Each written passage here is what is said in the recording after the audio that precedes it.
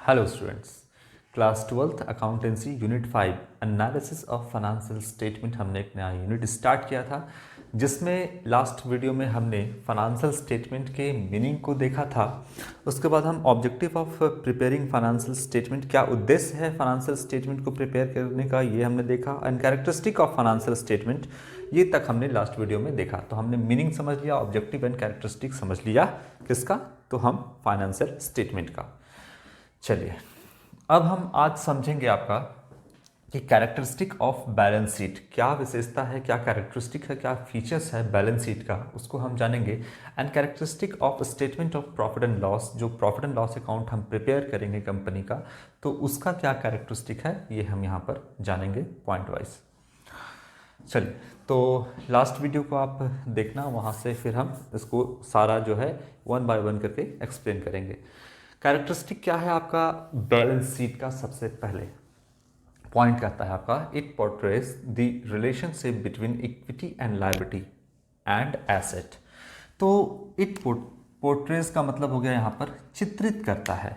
क्या विशेषता है बैलेंस शीट का? याद रखिएगा, हम ये पॉइंट डिस्कस कर रहे हैं, ये जो है आपका टॉपिक डिस्कस कर रहे हैं कि बैलेंस शीट का क्या विशेषता है। तो बैलेंस शीट जो है, इट का मतलब बैलेंस शीट, पोर्ट्रेज यानी कि चित्रित करता है दी रिलेशनशिप किसके बीच में? संबंध को चित्रित करता है। किसके बीच में? तो बिटवीन यानी किसके बीच में? Equity and liability and asset, यानी इक्विटी एंड लायबिलिटी जो आपका है और एसेट, दोनों के बीच में एक रिलेशनशिप को चित्रित करता है। ठीक है, तो आप जानते हो कि जो एसेट होता है वो कैपिटल प्लस लायबिलिटीज के बराबर होता है। तो यहाँ पर जो बिजनेस का एसेट है वो किसके बराबर है? इक्विटी यानी कैपिटल प्लस लायबिलिटीज के बराबर होता है। तो इन दोनों के बीच के संबंध को दिखाता है बैलेंस शीट। क्लियर है? तो इट पोर्ट्रेज मतलब चित्रित करता है relationship between equity and liabilities and balance sheet, equity and liabilities and asset. तो इन दोनों के बीच में एक रिलेशनशिप को चित्रित करता है कौन? Balance sheet. Total of equity and liability side is always equal to the asset side. जो आपका total equity and liability side है वो हमेशा और हमेशा बराबर होता है, ऑलवेज इक्वल होता है किसके? तो यहाँ पर asset side of balance sheet. क्यों इक्वल होता है आपको हम पहले ही बता चुके हैं, अकाउंटिंग इक्वेशन क्लास 11th में ही हम आपको पढ़ा चुके हैं। यूनिट 3 में क्या था आपका? तो वो कहता है कि जो एसेट है वो अकाउंटिंग इक्वेशन, एसेट जो है वो कैपिटल प्लस लायबिलिटीज के बराबर होता है। इसलिए अकाउंटिंग इक्वेशन का दूसरा नाम आपका बैलेंस शीट इक्वेशन भी था। अकाउंटिंग इक्वेशन का दूसरा नाम बैलेंस शीट इक्वेशन भी था, जो कि बेस्ड होता है डुअल एस्पेक्ट कंसेप्ट पे। और डुअल एस्पेक्ट कंसेप्ट कहता है कि डेबिट और क्रेडिट जो है हमेशा एक डुअल एस्पेक्ट कंसेप्ट, हर ट्रांजैक्शन के दो एस्पेक्ट होते हैं, एक डेबिट एंड क्रेडिट, एंड दोनों जो एस्पेक्ट है वो हमेशा बराबर होते हैं। इसीलिए जो अकाउंटिंग इक्वेशन था वो हमेशा मैच करता था, बैलेंस करता था, यानी एसेट जो है हमेशा बराबर होता है कैपिटल प्लस लायबिलिटीज की। थोड़ा सा एग्जांपल देकर समझाते हैं। बिजनेस में बहुत सारा एसेट है, बिल्डिंग है, प्लांट एंड मशीनरी है, फर्नीचर है, मोटर व्हीकल है, आपका बहुत सारा एसेट है। ये एसेट जो है उसमें ऑनर का पैसा लगता है यानी कैपिटल, और आउटसाइडर का पैसा लगता है यानी लायबिलिटी। तो मान लो कि आपके बिजनेस का 10 लाख रुपए का एसेट है, जो ऑनर ने पैसा लगाया है वो 6 लाख रुपए लगाया है, और आउटसाइडर ने पैसा लगाया है 4 लाख रुपए। तो 10 लाख का बिजनेस का एसेट बना, यानी ऑनर का पैसा, आउटसाइडर का पैसा जो बराबर है वो है एसेट के। मतलब जितना एसेट है आपके बिजनेस का उतना ही आपका ऑनर का पैसा और आउटसाइडर का पैसा होता है, यानी एसेट जो होता है वो बराबर होता है कैपिटल प्लस लायबिलिटीज के। ये बात आपको क्लियर है? तो यहां पर आपको साफ साफ लिखता है,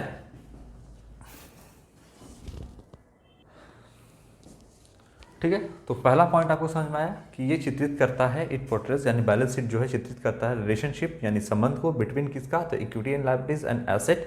total of equity and liabilities side, total and equity and liabilities side is always equal to the asset side. Okay, point number 2 अब हम डिस्कस करते हैं यहाँ पर।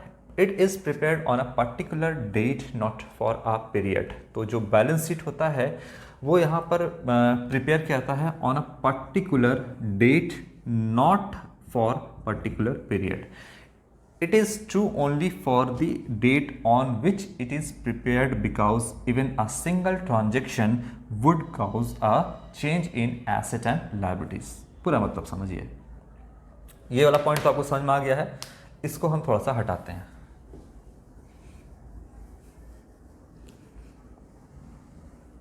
और समझाएंगे आपको यहाँ पर। देखिए, जब हम profit and loss account prepare करते हैं यहाँ पर, तो आपको क्लास 11th में याद होगा, लिखते थे profit and loss account for the year ending 31 मार्च 2000 17, 18, 19, 20, 21 जो भी आप कह लो यहाँ पर। तो यहाँ पर मान लो कि हम लिखते हैं 2020। ये हम बनाते हैं ईयर एंड में प्रॉफिट एंड लॉस अकाउंट। और बैलेंस शीट हम प्रिपेयर करते हैं तो ये लिखते हैं क्या यहाँ पर, बैलेंस शीट, और नीचे क्या लिखते हैं, फॉर द ईयर एंडिंग 31 मार्च 2020 नहीं लिखते हैं, बल्कि यहाँ पर हम लिखते हैं एज एट 31 मार्च 2020, यही लिखते हैं। अब यहाँ पर आप देखोगे कि ये, अच्छा ठीक, पहले लिख देते हैं यहाँ पर, ये हो गया आपका, इधर हो गया कैपिटल प्लस लायबिलिटीज, जिसको इक्विटी एंड लायबिलिटी आप बोल सकते हो। फिलहाल अभी हम हॉरिजॉन्टल बैलेंस शीट में आपको दिखा रहे हैं, और ये साइड आपका एसेट साइड है। यहाँ पर लिखते हैं एज एट, और यहाँ लिखते हैं फॉर द ईयर एंडिंग। इसका मतलब हम समझाएंगे, for a particular date balance sheet जो प्रिपेयर करते हैं, किसको करते हैं, तो पर्टिकुलर डेट को, not a for a period. ये जो हम प्रॉफिट एंड लॉस अकाउंट बना रहे हैं, ये हम एक साल का बनाते हैं प्रॉफिट एंड लॉस, यानी कंपनी को एक साल में, according to accounting period concept, जानना है कंपनी को कि एक साल में जो है कंपनी कितना प्रॉफिट कमाई या कितना लॉस में है कंपनी। तो हर साल profit and loss account prepare किया जाता है। तो यहाँ पर 31 मार्च का मतलब ये कौन सा फाइनेंशियल ईयर हो गया, तो 2019 टू 20, 2019 टू 20 ये फाइनेंशियल ईयर का हो गया। 19 टू 20 एक आपका फाइनेंशियल ईयर है जिसमें प्रॉफिट एंड लॉस के थ्रू ये पता चल रहा है कि बिजनेस को कितना प्रॉफिट एंड लॉस हुआ। तो ये जो प्रॉफिट एंड लॉस प्रिपेयर होता है वो आपका एक पर्टिकुलर पीरियड का है, मतलब 19 और 20 का एक पर्टिकुलर, या 18 या 19 का, या 17-18 का, इस तरीके से एक पर्टिकुलर पीरियड में जो है ये जो है प्रिपेयर किया जाता है। सॉरी, ये एक पार्टिकुलर पीरियड में प्रिपेयर किया जाता है। जैसे यहाँ पर आप देखोगे, it prepare profit and loss account में, it prepare for a particular period. तो ये एक पार्टिकुलर पीरियड का 2017-18, 18-19, 19-20 इस तरीके से प्रिपेयर किया जाएगा हर साल का। लेकिन ये यहाँ पर देखोगे आप, अगर लिखा हुआ है एज एट 31 मार्च 2020, इसका क्या मतलब है? इसका मतलब है कि मान लो आपने बिजनेस स्टार्ट किया था 2010 में, और आज कौन सा ईयर हो गया आपका, अब आ गया 2020। तो ये जो है दिखाएगा 2010 से 2020 तक का जो है बैलेंस शीट दिखाएगा, यानी ये एक पर्टिकुलर डेट का दिखाएगा। कब से? शुरुआत से जब ने बिजनेस स्टार्ट किया तब से लेकर अब तक का पूरा दिखाएगा कि उस समय बिल्डिंग कितना का था, अब बिल्डिंग कितने का है, उस समय मशीनरी कितने का था, अब मशीनरी कितने का है, डेप्रिसिएशन लगा के, यानी जब से बिजनेस स्टार्ट किया तब से आपका यहाँ पर दिखाएगा। तो ये जो है एक पर्टिकुलर डेट को बनाया जाता है, मतलब एक तारीख को, जिसमें आपका बिजनेस का सारा चीज जो है, जब से बिजनेस स्टार्ट किया वो तब से लेकर के अब तक का सारा चीज इसमें होता है बैलेंस शीट में। इसीलिए कहता है it is prepared on a particular date, एक पर्टिकुलर डेट को प्रिपेयर किया जाता है, नॉट अ पर्टिकुलर पीरियड। यानी ये किसी एक साल का नहीं है बैलेंस शीट, ये 19 और 20 का बैलेंस शीट नहीं है। बैलेंस शीट जो है एक पर्टिकुलर पीरियड का नहीं है, 19 और 20 का नहीं है, या 18-19 का नहीं है, बल्कि ये क्या है, तो एक particular on a particular date का है। मतलब शुरुआत से लेकर के अब तक का सब कुछ इसमें आपको बताएगा कि एसेट कितना है, लायबिलिटीज कितना है, शुरुआत से लेकर, किसी पर्टिकुलर पीरियड का नहीं, 19-20 का नहीं, 18-19 का नहीं, बल्कि जब से बिजनेस स्टार्ट किया है तब से लेकर के अब तक का बताएगा। इसीलिए लिखता है it is prepared on a particular date, not a particular period. Clear है बात? अच्छा, इसका मतलब इसीलिए हम यहाँ पे एज एट लिखते हैं और यहाँ पर फॉर द ईयर एंडिंग, यानी उस साल के अंत में, लेकिन एज एट का मतलब अब तक, शुरुआत से लेकर के अब तक। It is true, balance sheet के बारे में बात कर रहे हैं। It is true only for the date on which it is prepared because even a single transaction would cause a change in asset and liabilities. तो क्या मतलब है कि ये ट्रू है, ये बैलेंस शीट तब तक का है जब तक क्या है, कहता है ये prepared even a single transaction. It is true, ये सही है कब, for the date on which it is prepare, जिस डेट को ये प्रिपेयर किया जा रहा है उस डेट को ये ट्रू है। इवन अ सिंगल ट्रांजेक्शन, अगर आप एक सिंगल ट्रांजेक्शन भी कर दीजिएगा तो एसेट एंड लायबिलिटी में फर्क आ जाएगा। बात को समझिए। देखिए बैलेंस शीट प्रिपेयर होता है तो asset is equal to capital plus liabilities होता है। बिजनेसमैन बिजनेस में पैसा लगाया तो बिजनेस का कैश बढ़ता है, मान लो 1 लाख रुपया से, ऐसे लिख रहे हैं 1 लाख, और बिजनेस का कैपिटल बढ़ जाएगा 1 लाख रुपया से। क्लियर है? तो एसेट साइड में आप दिखाओगे यहाँ पर कैश 1 लाख रुपीस और कैपिटल दिखाओगे यहाँ पर 1 लाख रुपीस। आउटसाइड लायबिलिटी फिलहाल अभी कुछ नहीं है, जीरो है। अकाउंटिंग इक्वेशन मैच कर रहा है। तो देखिए एसेट को हम एसेट साइड में लिखें और लायबिलिटीज प्लस कैपिटल को लायबिलिटीज प्लस कैपिटल साइड में लिखें। कैपिटल कितना है 1 लाख का और कैश कितना है बिजनेस में 1 लाख का। अब इस डेट को it is true only for the date on which it is prepare. अब इस डेट को प्रिपेयर किया तो ये सही है, लेकिन अगर एक सिंगल ट्रांजेक्शन और हो गया तो सारा खेला बिगड़ जाएगा। मान लो कि बिजनेस ने 50,000 का या 10,000 का कोई बिल्डिंग परचेस किया तो बिल्डिंग बढ़ेगा, बिल्डिंग बढ़ा कितने से 10,000 रुपया से, और कैश अगर कैश में खरीदा तो कैश घट जाएगा कितने से 10,000 रुपया से। कैश यहाँ पर माइनस हो जाएगा, ये जीरो और ये आपका यहाँ पर जीरो रहेगा प्लस। तो फाइनल इक्वेशन क्या हो जाएगा आपका 10,000 का बिल्डिंग प्लस 1 लाख का कैश था। अब कैश कितना बचा 90,000 का कैश, ठीक है, और कैपिटल 1 लाख का और यहाँ पे लायबिलिटीज जीरो। ठीक है, तो देखिए एक सिंगल ट्रांजेक्शन जो है वो एसेट और लायबिलिटीज में चेंज कर दिया। जैसे कि बिल्डिंग परचेस किया तो यहाँ पर कैश जो है वो घट गया। अगर कोई रेंट पे कर दिया जाएगा, मान लीजिए कोई अगर रेंट पे कर दिया जाएगा 10,000 रुपये का, तो रेंट 10,000 से कैश भी कम हो जाएगा और कैपिटल भी 10,000 रुपये से कम हो जाएगा। तो कहता है यहाँ पर कि अगर एक सिंगल ट्रांजेक्शन भी हुआ तो बैलेंस शीट में फ़र्क आ जाएगा।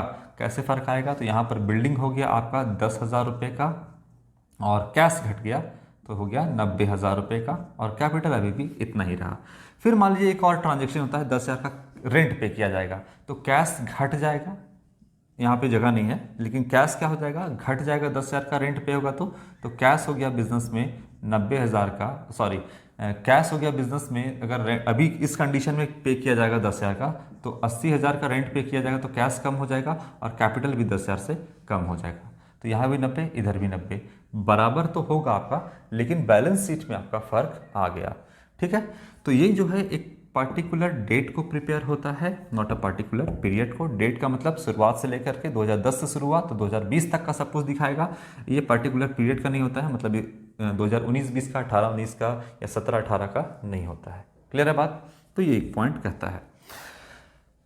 इसके बाद it shows the financial position of business according to going concern concept.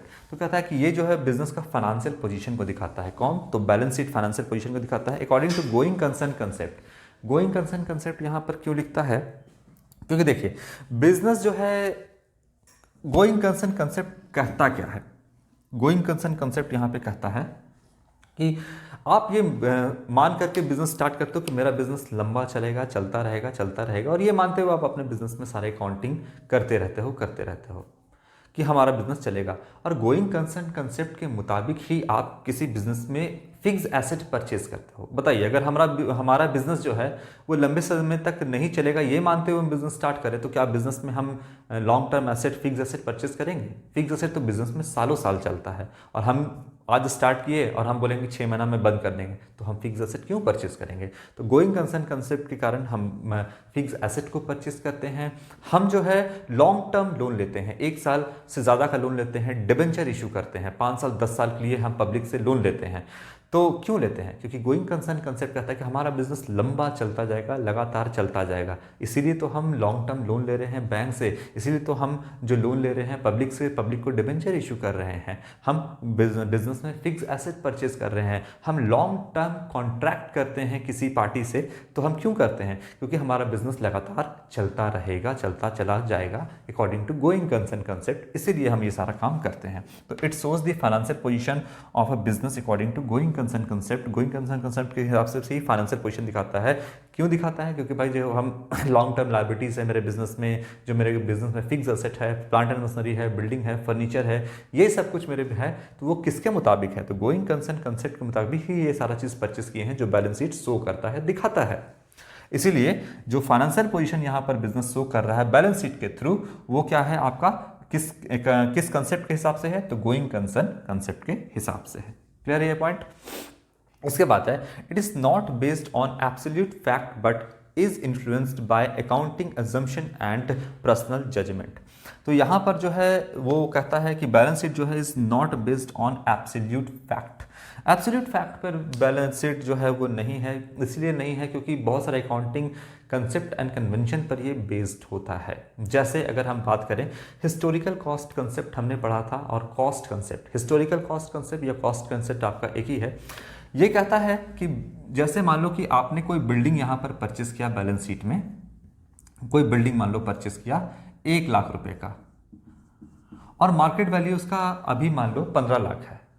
हो सकता है लैंड परचेस किया हो, बिल्डिंग परचेस किया हो, मार्केट वैल्यू ज़्यादा भी हो सकता है, कम भी हो सकता है। तो मान लो कि मार्केट वैल्यू इसका 15 लाख है, 15 लाख नहीं है, मान लो कि 1.5 लाख रुपये है। तो 1.5 लाख रुपये अगर है, 1 लाख का बिल्डिंग का मार्केट वैल्यू, और आपका बैलेंस शीट दिखा रहा है 1 लाख पर, क्योंकि आपको 1 लाख पर ही बैलेंस शीट में अपने फिक्स एसेट को रखना है according to historical cost concept या कॉस्ट कंसेप्ट। जितने पर आपने एसेट परचेस किया है आप उसी पर रिकॉर्ड करोगे, मार्केट वैल्यू से आपको कोई लेना देना नहीं है, ये हिस्टोरिकल कॉस्ट कंसेप्ट कहता है। तो क्या ये सही फिगर दिखा रहा है? नहीं, मार्केट वैल्यू तो कुछ और है, 1.5 लाख रुपये है, लेकिन बैलेंस शीट में अगर यूजर्स ऑफ अकाउंटिंग देखेगा या आप बैलेंस शीट को देखोगे तो बोलेगा अरे यार यहाँ तो बिल्डिंग 1 लाख रुपए का ही दिखा रहा है, जबकि एक्चुअल वैल्यू उसका कुछ और है।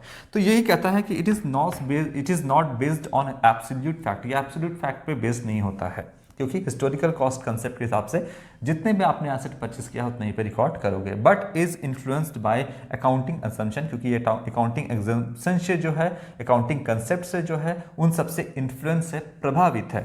And personal judgement, personal judgement भी हो सकता है यहाँ पर। जैसे कि अगर हम बात करें कि डेप्रिसिएशन कैलकुलेट करना है, तो बहुत सारा मेथड है डेप्रिसिएशन को कैलकुलेट करने का, और एक टोटली ये डिपेंड करता है अकाउंटेंट पे कि वो किस मेथड से डेप्रिसिएशन कैलकुलेट करेगा। डेप्रिसिएशन को कैलकुलेट करने का बहुत सारा मेथड है, और अलग अलग मेथड से अलग अलग फिगर आता है आपके डेप्रिसिएशन का। अब मान लो कि कोई चुनता है अकाउंटेंट स्ट्रेट लाइन मेथड से, तो यहाँ पर आपका रिटन डाउन वैल्यू मेथड है, स्ट्रेट लाइन मेथड है, इंश्योरेंस पॉलिसी मेथड है, एन्युटी मेथड है, मशीन आवर रेट मेथड है, बहुत सारा मेथड है। तो यहाँ पर मान लो कि अकाउंटेंट चुनता है एक मेथड स्ट्रेट लाइन मेथड, लेकिन जो इनकम टैक्स अप्रूव करता है जिस मेथड को, वो है रिटन डाउन वैल्यू मेथड। तो स्ट्रेट लाइन मेथड से कुछ और वैल्यू आ रहा है, आपके फाइनेंशियल पोजीशन का बैलेंस शीट में आपका कुछ और फिगर आ जाएगा, स्ट्रेट लाइन मेथड से कुछ और, रिटन डाउन वाली मेथड से कुछ और, तो अलग अलग मेथड से अलग अलग रिजल्ट आता है। इसलिए यहाँ पे कहता है कि पर्सनल जजमेंट भी जो है वो यहाँ पर मैटर करता है। तो एक तो अकाउंटिंग एग्जाम्पशन पे बेस्ड है, इसलिए वो एब्सोल्यूट फिगर नहीं दिखाता है। दूसरा कि अलग अलग अपना पर्सनल जजमेंट भी आप दे सकते हो, इससे भी जो एब्सोल्यूट फिगर है वो इन्फ्लुएंस होता है, प्रभावित होता है। तो ये पॉइंट आपको समझ में आया कि it is not based on absolute fact. ये जो बेस्ड है वो एब्सोल्यूट फैक्ट पे बेस्ड नहीं है। एक फिगर आपको दिख रहा है सामने में, लेकिन एकदम एब्सोल्यूट मतलब बोलिएगा कि एब्सोल्यूट फैक्ट है ये, तो वैसा नहीं है। बिल्डिंग से ही देख लो, बिल्डिंग का कीमत कुछ और है और यहाँ पर कुछ और है, तो एब्सोल्यूट फैक्ट नहीं, लेकिन फिर भी ये इक्वल इंपॉर्टेंट है। क्लियर है? इसके बाद characteristic of statement of profit and loss. तो क्या statement and profit and loss का जो है स्टेटमेंट जो है उसका क्या विशेषता है, क्या कैरेक्टरिस्टिक है, इसको अभी हम समझते हैं। सबसे पहले कहता है it matches the revenue and expense of an enterprise for a particular period in order to determine the profit and or जो है loss suffer during the period। तो यहाँ पर मैचिंग कंसेप्ट मैंने आपको क्लास 11 में पढ़ाया था कि जिस साल का रेवेन्यू है उसी साल का एक्सपेंस होना चाहिए, तभी बिजनेस का ट्रू प्रॉफिट एंड लॉस को आप कैलकुलेट कर पाओगे। जैसे अगर मान लीजिए कि हम बात करें 2019-20 की फाइनेंशियल ईयर, 19-20 की एक फाइनेंशियल ईयर है और आपका दूसरा फाइनेंशियल ईयर है मान लीजिए 2020-21, ये दूसरा फाइनेंशियल ईयर है।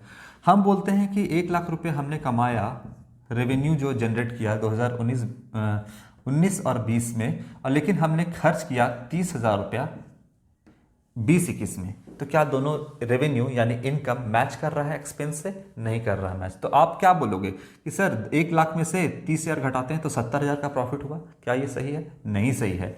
आपको क्या दिखाना होगा कि भाई 2019-20 में 1 लाख का रेवेन्यू हुआ था, 1 लाख का इनकम हुआ था, और इनकम हुआ था 1 लाख का और एक्सपेंस हुआ मान लीजिए इस साल 20,000 का इस साल में। तो बोलिएगा कि 19-20 का प्रॉफिट कितना है, तब आप बोलोगे कि 80,000 सर प्रॉफिट है। क्लियर है? तो बोलता है it matches the revenue and expense of an enterprise for a particular period, एक पीरियड का 19-20 का, in order to determine the profit earn और लॉस सफर। तो यहाँ पर 80,000 का प्रॉफिट हुआ, लेकिन आप ऐसा नहीं कर सकते कि बोलोगे सर 19-20 में जो आपका प्रॉफिट है वो 1 लाख है, इनकम कितना है 1 लाख है, और 2020-21 का मतलब दूसरे साल का 30,000 है, तो प्रॉफिट कितना हुआ, 1 में से 30 गया 70,000। क्या ये सही फिगर है? ये बिल्कुल गलत फिगर है, क्योंकि ये दोनों मैच, दोनों ईयर जो है वो मैच नहीं कर रहा है। मैच करना चाहिए, एक ही पीरियड का होना चाहिए। तो यहाँ पर आपका निकला सही फिगर क्या है, मैचिंग कंसेप्ट के हिसाब से इनकम भी 2019-20 का और एक्सपेंस भी 2019-20 का, तब जाके सही प्रॉफिट कैलकुलेट हुआ। अब इस साल में आइएगा तो इस साल में मान लो कि आपका इनकम हुआ 1.5 लाख रुपए का, यह है इनकम, और एक्सपेंस मान लो है आपका 50,000 रुपये का। तो बताइए कि कितना प्रॉफिट हुआ इस साल? तो इस साल आपका 1 लाख रुपए का प्रॉफिट हुआ। ये जो है आपका वो बिल्कुल करेक्ट फिगर है, आप इसको इससे कंपेयर नहीं कर सकते। क्लियर है? ये कहता है it matches the revenues and expense of an enterprise for a particular period मतलब 19-20 का या 20-21 का या किसी भी पर्टिकुलर पीरियड का। ठीक है, particular period in order to determine यानी निर्धारित करना किसको, द प्रॉफिट अर्न्ड और loss suffer during the period. ठीक है, तो एक साल में क्या प्रॉफिट क्या लॉस है वो मैचिंग कंसेप्ट के हिसाब से चलेगा। आगे कहता है it prepare for a particular period, ये एक जो है पर्टिकुलर पीरियड में प्रिपेयर किया जाता है। कौन? तो आपका profit and statement and profit and loss, not a particular date. तो ये किसी पर्टिकुलर डेट का नहीं है। अभी मैंने आपको बताया था प्रॉफिट एंड लॉस अकाउंट और बैलेंस शीट, एक बार फिर से समझते हैं इसको। प्रॉफिट एंड लॉस अकाउंट यहाँ प्रिपेयर करेंगे फॉर द ईयर एंडिंग 2020 या 19, ये हो गया आपका 2019। और बैलेंस शीट जो प्रिपेयर करेंगे एज एट 31 मार्च 2019। ठीक है, और ये as at 31 for the year ending 31 March 2019, ये आप खाली ध्यान में रखना। पूरा प्रॉपर हम नहीं बना रहे हैं यहाँ पर, आप बस बात को समझिएगा। बोलता है किसके बारे में? इसके बारे में, it is prepared for a particular period. ये क्या है? तो आपका 2018-19 का एक पर्टिकुलर पीरियड है, एक खास पीरियड है जिसमें हम प्रॉफिट एंड लॉस कैलकुलेट करते हैं। तो बोलता है it is prepared for a particular period. ये एक पर्टिकुलर पीरियड क्या है? 2017-18 का, 18-19 का, 19-20 का, ऐसा हो सकता है एक साल का पूरा, जिसमें हम प्रॉफिट एंड लॉस कैलकुलेट करते हैं। नॉट अ पर्टिकुलर पीरियड यानी ये नहीं दिखाता है कि शुरुआत से लेकर के प्रॉफिट कितना हुआ। यानी आपने अगर 2010 में बिजनेस स्टार्ट किया और आज मान लीजिए कि 2019-20 है या 2019 का आपका साल है, तो ये 2010 से 2019 तक का फिगर नहीं दिखा रहा है, ये बस 18-19 का फिगर दिखा रहा है। 2010 से लेकर के 2019 का नहीं दिखा रहा है। ये कितना का दिखा रहा है? ये 18-19 का दिखा रहा है। इसलिए बोलता है कि प्रिपेयर्ड फॉर पर्टिकुलर पीरियड। ये जो है पर्टिकुलर प्रिपेयर किया था पर्टिकुलर पीरियड के लिए, 18-19 के लिए। बोलता है नॉट अ पर्टिकुलर डेट, यानी 2010 से 2019 तक का आपको ये फिगर जो है नहीं दिखा रहा है। ठीक है, ये बस 1 साल का दिखा रहा है। और ये जो है आपका क्या बोलता है कि it is prepared on a particular date, क्योंकि ये जो पर्टिकुलर डेट को प्रिपेयर हो रहा है ये 2010 से 2019 तक के फिगर को बैलेंस शीट दिखाएगा, शुरुआत से लेकर के अब तक का फिगर। क्लियर है? इसके बाद it is prepared for a past period and hence it is a historical document. तो ये जो पीरियड आपका जो है वो पास्ट प्रिपेयर किया जा रहा है पास्ट पीरियड का, एंड हिस्टोरिकल डॉक्यूमेंट क्यों है? क्योंकि जितना भी ऑलरेडी ट्रांजेक्शन हुआ है उसको हमने जर्नल में रिकॉर्ड किया है, उससे लेजर पोस्टिंग किया है, ट्रायल बैलेंस बनाया है, एंड देन फिर हम उससे profit and loss account prepare करते हैं। तो जो ऑलरेडी आपका ट्रांजेक्शन अकर हो चुका है उससे हम आपका यहाँ पर फाइनेंशियल स्टेटमेंट या प्रॉफिट एंड लॉस अकाउंट बना रहे हैं, इसलिए कहता है it is prepared for a past period. ये सारा पास्ट पीरियड का है एंड हेंस हिस्टोरिकल डॉक्यूमेंट। तो ये क्या है? एक हिस्टोरिकल डॉक्यूमेंट है। ये बात आपको क्लियर हुआ? तो यहाँ पर हमने कैरेक्टरिस्टिक देख लिया है आपका बैलेंस शीट का, और हमने यहाँ पर कैरेक्टरिस्टिक देखा है statement of profit and loss का। तो ये नेक्स्ट वीडियो में हम आपका जो है वो बैलेंस शीट का परफॉर्मा जो है उसको हम बताएंगे, मेजर हेड्स कौन कौन सा है, ये सारा हम आपको नेक्स्ट वीडियो में एक्सप्लेन करेंगे। और जितने भी मेजर हेड्स है वो बताएंगे कि companies act 2013 part 1 schedule 3 balance sheet जो है उसका परफॉर्मा कैसा है, क्या क्या उसके अंदर आता है। तो आज के लिए इतना ही, थैंक यू।